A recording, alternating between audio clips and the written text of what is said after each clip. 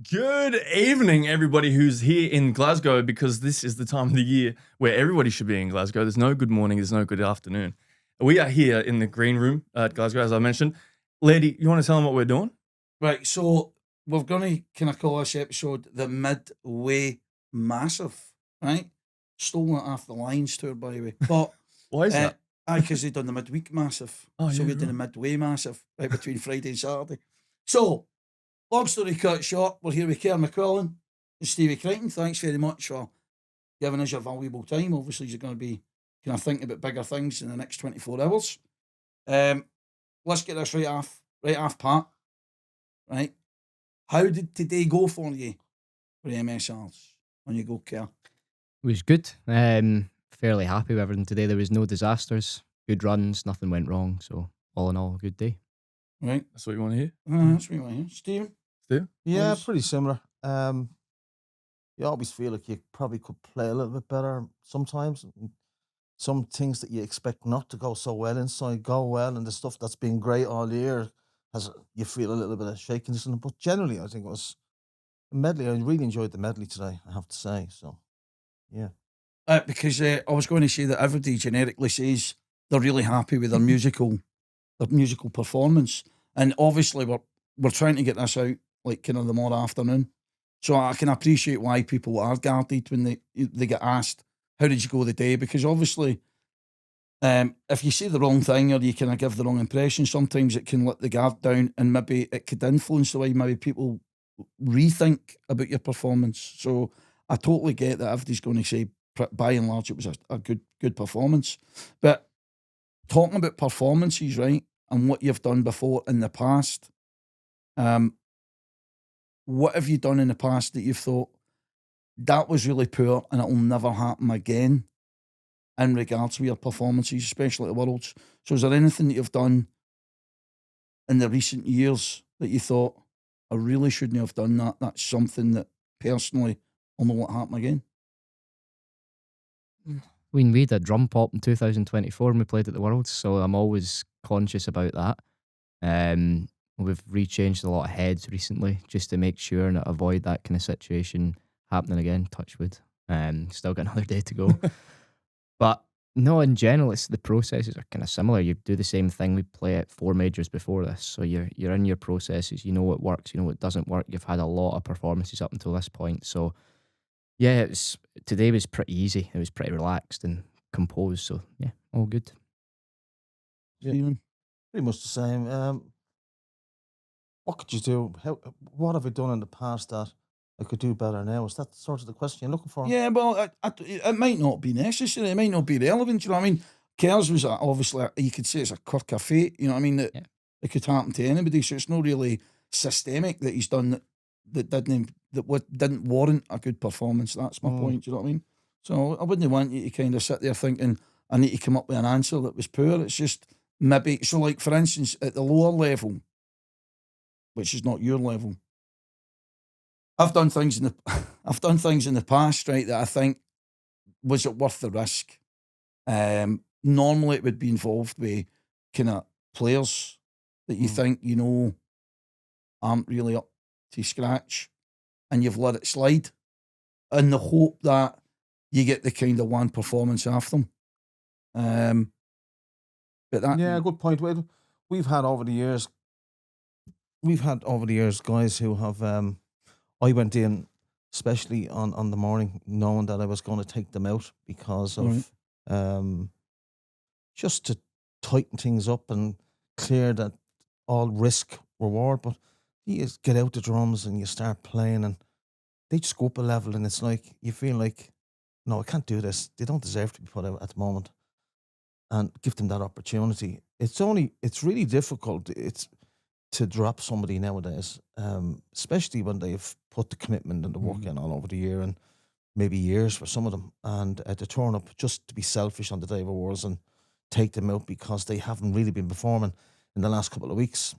They will always get the opportunity now for me to get it right on the morning, and if I see evidence of what's been going on in previous competitions or practices, well, then we will take them out.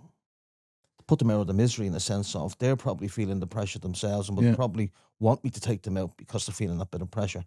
There hasn't been many players like that, but there has been a few surprises in players that I've had that would be extremely popular and probably celebrities in the pipe band world that you feel and expect it to be up there and ready to go, but actually weren't.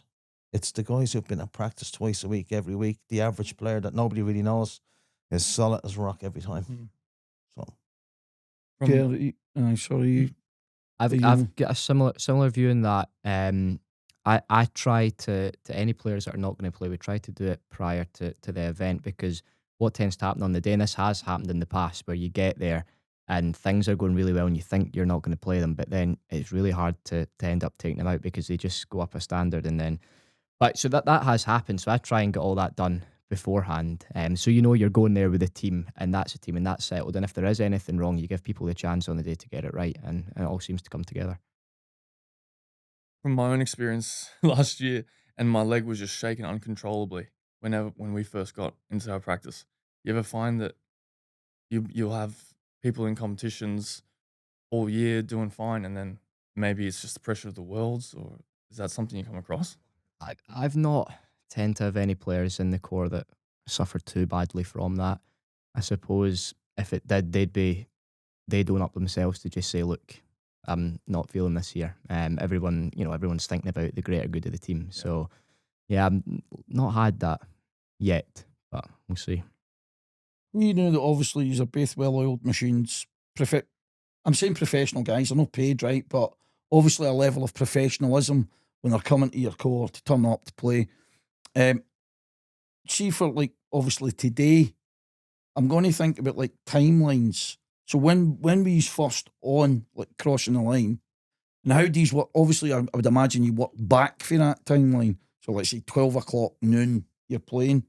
But what would you, as a lead drummer, think, right, from that period back an hour, from that period back 2 hours, at what time are you going to try and kind of corral the guys to be out there practicing? So what kind of timelines do you work on? And do you start off with just, right, lads, get the drums on, let's go for it, let's go tonto? Or are you thinking, like, let's kind of warm up with maybe, I don't know, pads and sticks, or do we just go outside? With the added pressure that obviously all the pipe band bennies, like Andrew Lairdy and all that, they're walking about with wee satchels and anoraks watching you and all that, adding that that kind of added kind of exhibit kind of thing. Yeah. So how do you do that? What's your kind of timeline sequence for that? Well, obviously Kerr's only a leading drummer for 2 seasons now, is it? 3? Yeah. So I've built a template of players over a 20-year period where I've got some of them with me 20 years more.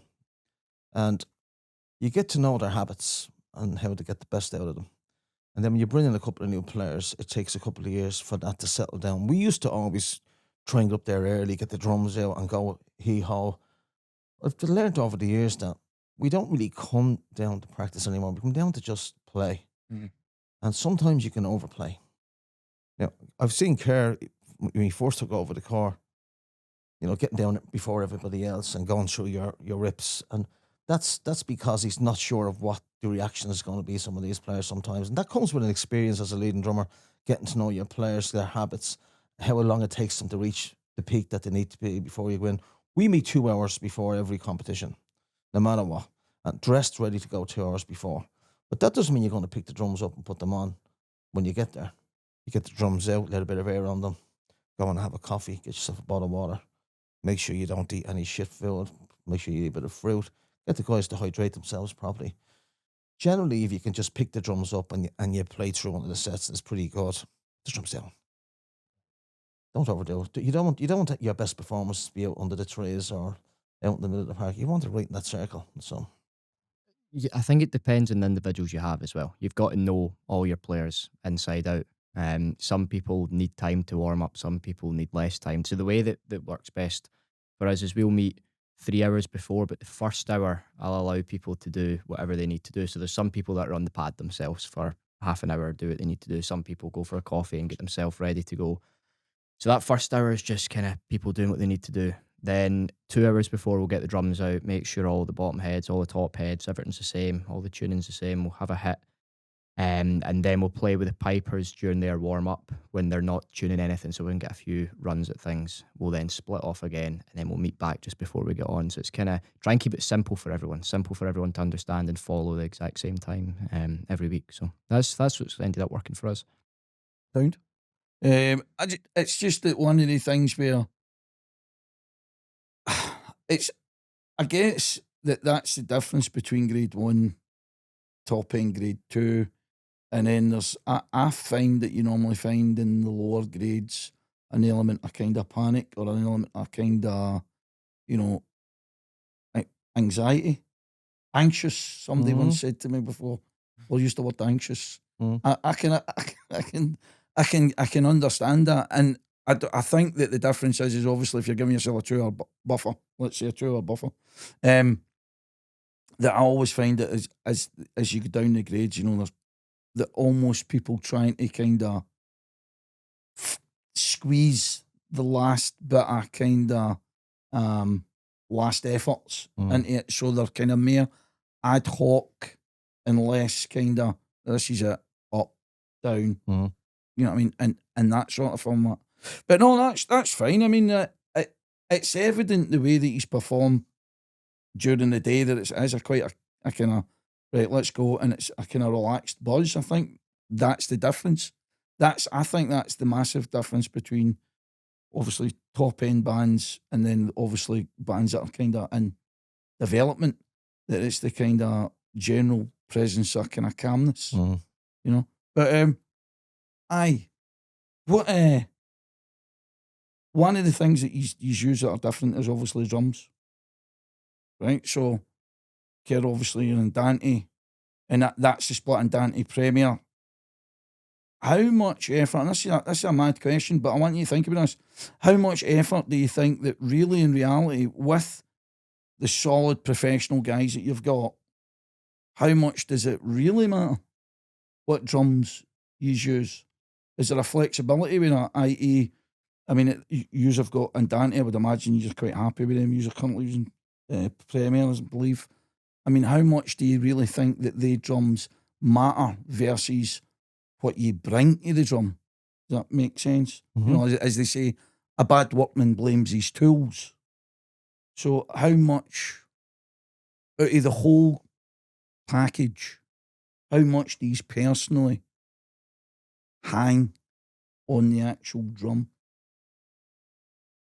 I think for me, sound's really important because you don't want to go to a concert or listen to a guitar player, a piano player, and they're out of tune. You don't want to listen to it. So, but everyone's perspective of sound is very, very different, and it doesn't mean what I like is good or bad to someone else. It's all very, very different. But I think, especially the top bands, they all have their unique sound, and that's important. Having your unique sound and what you do, everyone recognizes it as soon as you start playing. I think that's the most important thing. So yeah, but between like the different drums, it's if you know what you're doing with it. That's the main thing. And there's loads of Premier chords that I listen to, and I really like that. I really like that. And it's the same with Dante chords. I don't think it matters too much. It's just if you know what you're doing with it and you know what you're looking to do, yeah, it should be okay. Even There's no bad drums out there. It's down to the guy who's setting them up. I've just been on Premier all my life. Even though I was the first guy to win a World Solos Juvenile on an Andante drum, I have never played one since. All the drums are good. Everyone does have their own sound. Not a big fan of the Power Max heads on the bass and tenors, if you want to talk about another side of the core, but because every bass and tenor section sounds the same on them heads, which if you're using the same drum with the same heads and you're tuning it to the notes, they're all going to sound the same. I have something a little bit different. The sponges on the Husbuilt in the Premier drums. But no, there's not a bad set of drums in probably all across grade 2 and grade 1. So it's not the product. It's down to the guy who's tuning it. So I wouldn't have an issue playing any instrument, to be honest. Just Premier has worked for me up till now. And that's all I'm going to say. Yeah. So me and Lairdy have spent we've been watching the bands, and all things considered, we've talked about your timings. Like when to get to the peak, even considering compositions, the sticks, the gear, everything.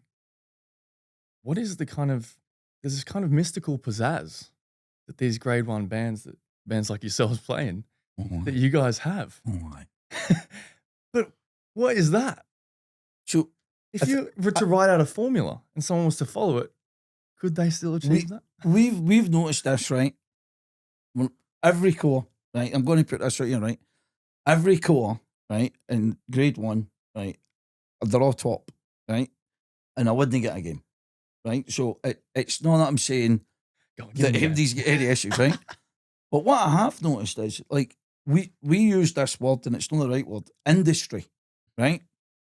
So you go to certain cores, and it looks like the guys are in about it, right? There's a kind of physicality to it, right? And then you go to other cores, and there's a minimalism to it, where what they're playing is technically really great stuff. Sounds amazing, right?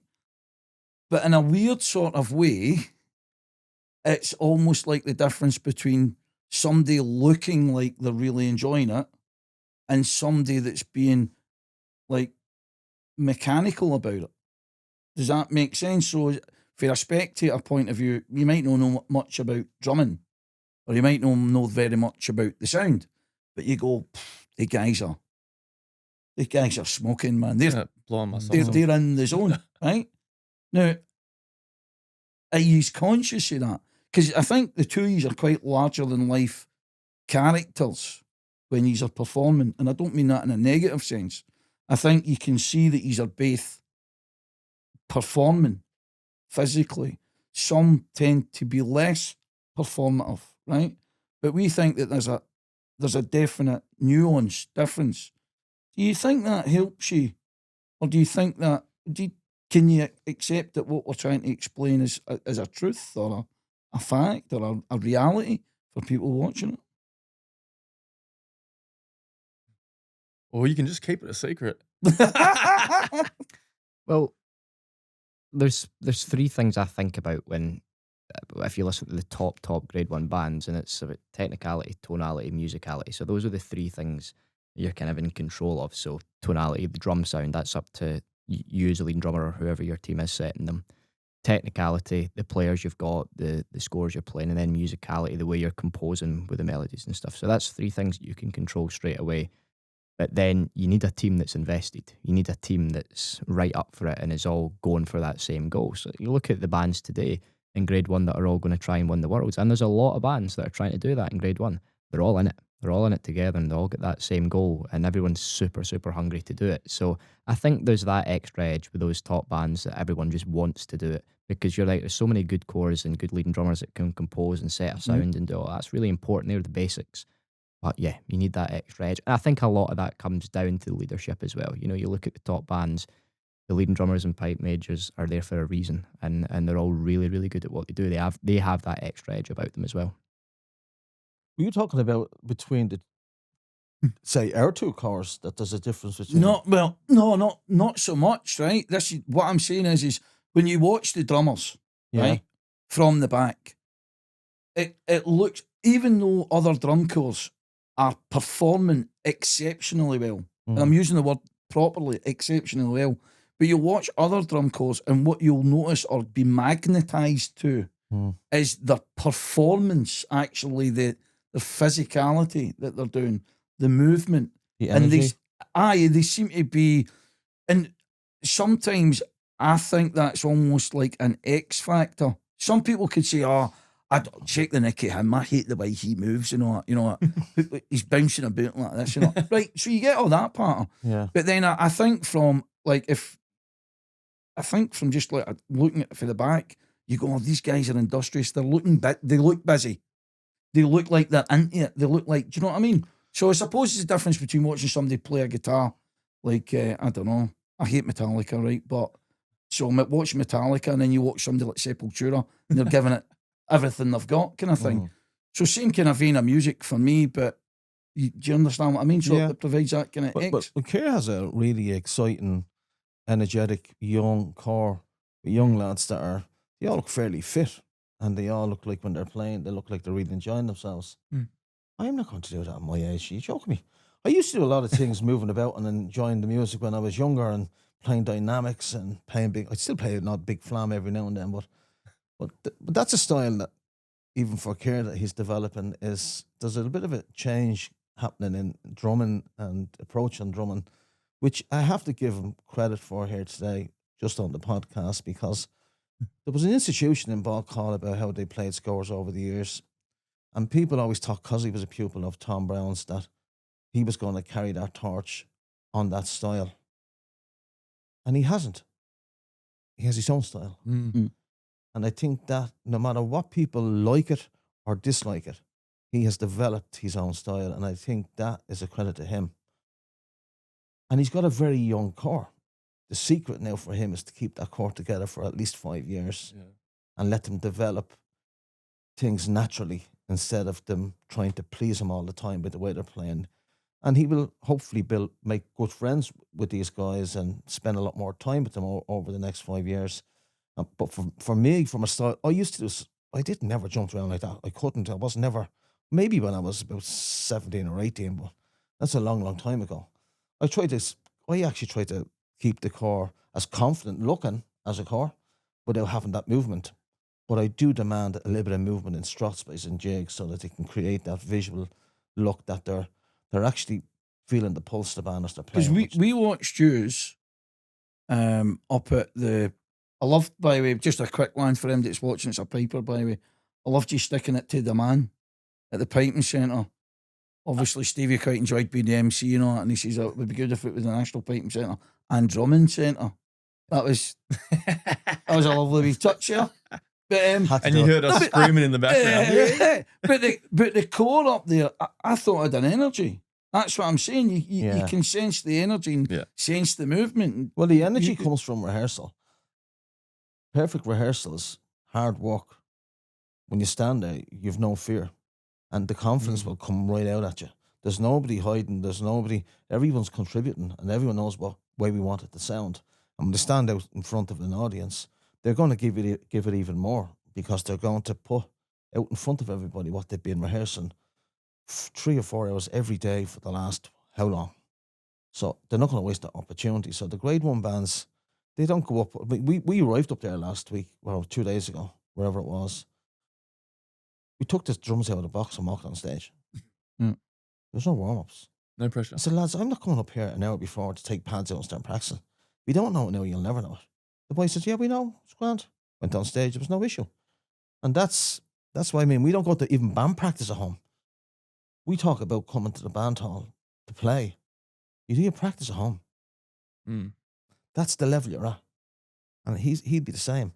Although he's probably kicking their holes then every Tuesday and Thursday, every night he's doing practice. I do too. But I don't go down there to sit and spoon feed people. So the confidence you're talking about coming out of the bigger course comes from experience, hard work, and good practices away from the performance stage. So that's awesome. I was going to say on that point, you said if you don't know by now, it's kind of too late, right? Have you guys actually in the past had any last minute changes before you go up there? Before you go up to the line and say, guys, like, we're going to need to take that out. Oh, we had accidental changes. Does that count? How did that go? What, mistakes? Yeah. But there'll be times when I'd be coming out of a slower into a strut spin, and something would just come into my head, right? And now this piece would be rehearsed. I wrote it, I rehearsed it, I taught it, and I played it over and over again. But for some strange reason, whatever happens, you get this little brain fart, and all of a sudden you go, Jesus Christ, don't know where that came from, but I actually like it. Same things happened. I remember in Slow Air when the competitions earlier in the year, and Addy did something, and it didn't affect him. It was just me that was playing it. Never done it in my life before, but it was fine. Yeah. But I mean, I'm not against changing anything last minute. I'm not against it if it needs to be done. Never had to, but I suppose I would. I Yeah. suppose you guys have a good enough core in grade 1. You could flip it on them just even to test them a little bit. Oh yeah, we will. And they would adapt. Yeah. Right? Yeah, well, I made a change in our march 2 weeks ago, a week and a half ago, the last part, and they promised me. I wanted videos. I wanted to make sure there's not going to be any messing around here. I made the change. It was only small the change. I played the old version today in circle, but I was on my own first time through, so it didn't affect anything. But I was like, "You take you. What did you do that for?" You go into a zone. Yeah. Sometimes, and the first thing the lads will do when you come out is, "I see what you did." And I'm like, What are you talking about? I'm sitting here watching you playing this garbage all week, and you pick up on one little thing. They're watching like a hawk, and they'd be only too delighted to have a slag with me about it that I've messed up something. But I don't care, because the next time we get out on the drums, I just drop them. Any changes with you, no? No. No, Just well, we actually changed our march just a couple of weeks ago. So we'd been playing a march the full way through the year, and then we just changed it a couple of weeks ago because we thought it would work out better for us. So, and if the guys want to play, they have to learn it. It's kind of as simple as that. So, and they did. So that's the kind of day everybody's been kind of happy. Obviously, we're going into tomorrow, right? Now, this is a thing that I'm interested in, right? So, obviously, we've got the majors that have been leading up, and you've been doing well. But one of the things that I'm curious about, right, because I'm not enough of an anorak, but trying to kind of gauge and judge your opposition. So, for instance, SFU, 78th, how much or how little do you keep track of what they're doing, as in when they're not, because they're not here. So really they're a kind of unknown element, and then they kind of rock up, obviously, before the Worlds. Obviously a good band. But is there any sort, do you know what I mean? Do you go, wonder what they, or somebody goes off here, what they're doing, this is that, the next thing. Is there any kind of track and trace of other bands that are going to kind of, I don't know, it's just to know that, you know what I mean? Do you go, I'm interested, or do you just go, so whatever everybody else is doing is up to them, this is what we do? You know what I mean? What's your thoughts on that? Coming up to it, I wouldn't be interested in what anybody else is doing. I don't need that stuff in my head. We have to focus on what we believed we set out to do from the start of the season, and whatever the guys with the pen think is, they're going to do it anyways. Whatever they have in their own heads with reference to styles or product, could be anything with adjudicators. They're all connected, both through family, through product, through people they played with, people who they're friends of. You can't control it all. So the best thing to do is just to go in and enjoy the performance. And then when the Worlds is over, I like to, it's the only time in the last 2 years I spend an afternoon when the wife's gone to work, and I just would go listening through only the top 6 bands, just to see what I missed out on, or is there something in there that there's people that are telling you stuff. Did you hear this? Oh, I wouldn't have done that. And what's the story with their bass and tenor section? That's going to go on across every band. And the more you listen to it, the more you get poisoned in your head. So you're better off just ignoring it. It's not going to change my approach. And certainly Kerr's probably the same. You just have to focus on yourselves. There's enough to be doing. You can't control what the guy's going to do with the pen, so don't even get involved in it. Just go in and play your best, and hope for the best. Yeah, for sure. And the thing, like you mentioned, SFU and 78s, you can listen to things online, but you never know what it's actually like until they arrive here. So that can change for those bands. And by all accounts, sounding really, really good whilst they're here as well. So I've just seen that today for the first time. I think, after the competitions, I'll listen back. I'm also taking things for other bands as well. What can I use in my own playing that can be better from that? So yeah, He's robbed me a couple of times. Of course. Yeah. Can we clear that out on the air here? Wait a minute, and you've not robbed for MD?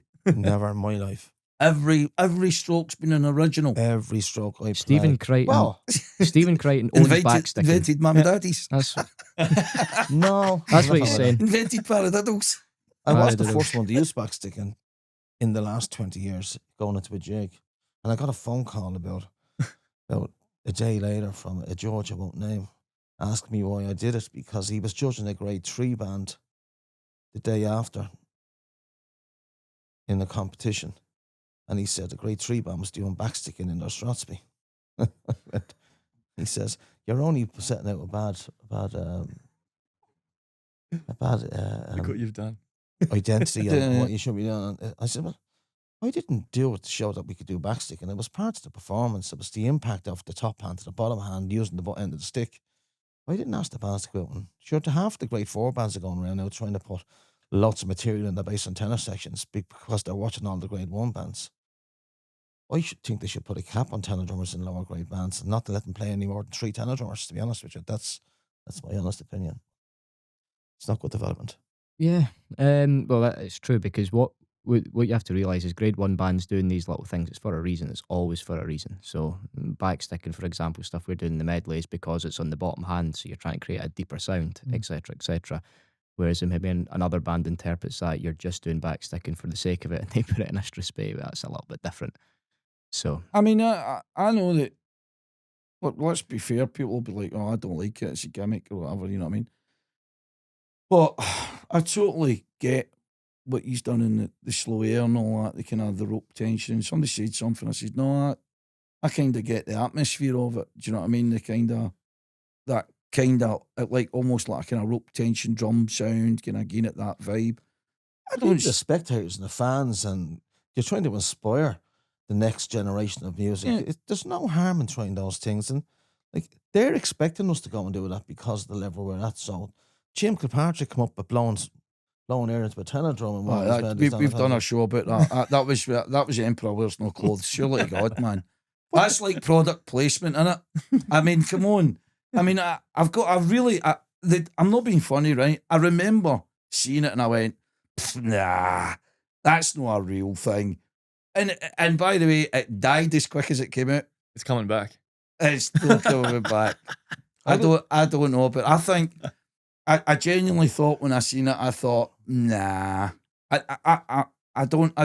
I mean, obviously somebody will try and justify that it does certain things, and no, the science says this, and I just thought, really? Is that a real thing? Maybe my lugs are painted on, which I've been told numerous times. I thought it was actually But- quite a clever thing to do. But the thing is with things like that, though, for me, I think if you're a top grade 1 band or leading drummer, there's kind of responsibility for you to try and further things a little bit. yeah, So there's that, and like when I turn up and teach at the school, the first thing they're now doing sometimes is turning their sticks the other way, and it's like, so it's like it inspires people to a certain degree, and I think that's important. Yeah. no, and I get that, right? But I just think that sometimes you think, is this because I'm a born cynic, right? The first thing I always think is this product placement? Is this somebody trying to bring something that they can say, but they're using this, it'll cost you an extra 40 quid to buy that. If I make 500 of them at 40 quid plus tax, I'm going to get this. That's the element of it that I think, yeah, really. I mean, and you could obviously argue different, but I just think that you've got to be mindful. And don't get me wrong, it's not that I'm opposed to people making a coin on their skill set. And, you know, I love Flam 5, I love all that kind of stuff. I love, you know what I mean? I love people making it a bit. I mean, we made the t-shirts. We like that kind of crack. But I also think there's an element of, you know, buyer beware. You know what I mean? What are you actually buying? Yeah. And don't tell me it's essential or important. I've got to be mindful of that. That's all I'm saying. Those backsticking's free. It's So that's Well, the backsticking in our thing that we do, the Crazy Army played over the Golden Chanter. yeah. That was only ended up with the butt end of the sticks because we were going to bring in 2 rope drums yeah. and play it in the medley. But the problem was, at the time, 2 years ago, we had to draw the medley on the line. What if you drew the medley that you didn't You've have the not- rope drums in? So we had to abort it and find a way of creating that little kick in that tune. So The thing with the backsticking is it's not new. Like, Yeah. you'd obviously Yeah. done it, 2013 or something like that. yeah, Inverary had done it 2022, something like Yeah. that. And then you've done it last year. We did it a wee bit last year, a wee bit this year. But there's please. a new slick. You're missing the trick here with Stephen Shedden in his medley. Oh, I've seen that, yeah. That's the latest trend. The guys reversing back onto the line. That was Some of cool. them were on the wrong feet. So I'd say there was a bit of panic mode going on. That'd be the hard bit, is the moving into position. But it's pretty cool. Yeah. I'm all up for that. Mm. I'm all up for give me something new, something to talk about, something to reference and go up. Do you know? You remember It's quite this? difficult when there's boundaries. Bands have tried the new intros and no way and one introduction role and conversation starts as how can they do that? Can they get away with it? And all of a sudden there's people investigating it. Shut up and just listen to it. And if you don't like it, you don't have to like it. Sometimes you just gotta look up towards the trees and just listen to it. And Yeah. enjoy the music. Eh?